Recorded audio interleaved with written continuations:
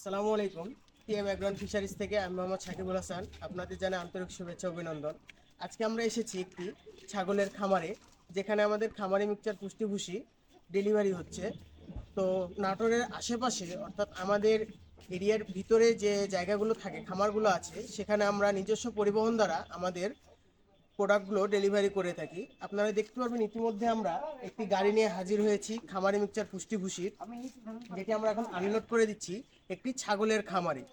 তো আমরা দেখাবো যে কিভাবে এই আমাদের খামারি মিক্সচার পুষ্টিভূষিটি ছাগল খায় এবং কি ফলাফল এবং রেজাল্ট পাচ্ছে খামারি, এটা তার মুখ থেকে শুনবো। এখন আমরা কথা বলবো আমাদের খামারি মমতা আন্টির সাথে। তিনি কিভাবে আমাদের খামারি মিক্সচার পুষ্টিভূষিটি খাওয়ান এবং কেমন ফলাফল পাচ্ছেন, চলুন তার মুখ থেকে আজকে শুনবো। আসসালামু আলাইকুম আন্টি।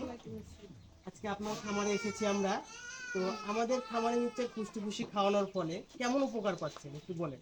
আমি 1.5 মাস থেকে খাওয়াচ্ছি।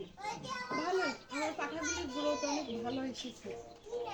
মানে এর আগে এত ছিল ছিল ছিল না, এখন মোটামুটি অনেক ভালো এসেছে।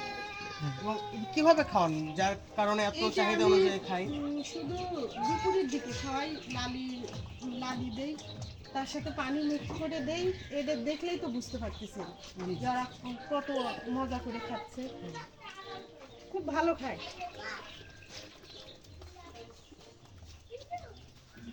এবং আপনারা দেখতে পাবেন যে একটি খামারে গাড়ল, ছাগল এবং গরু সবাই কিন্তু একই সাথে আমাদের খামারে মিক্সচার পুষ্টিভূষিটা খাচ্ছে।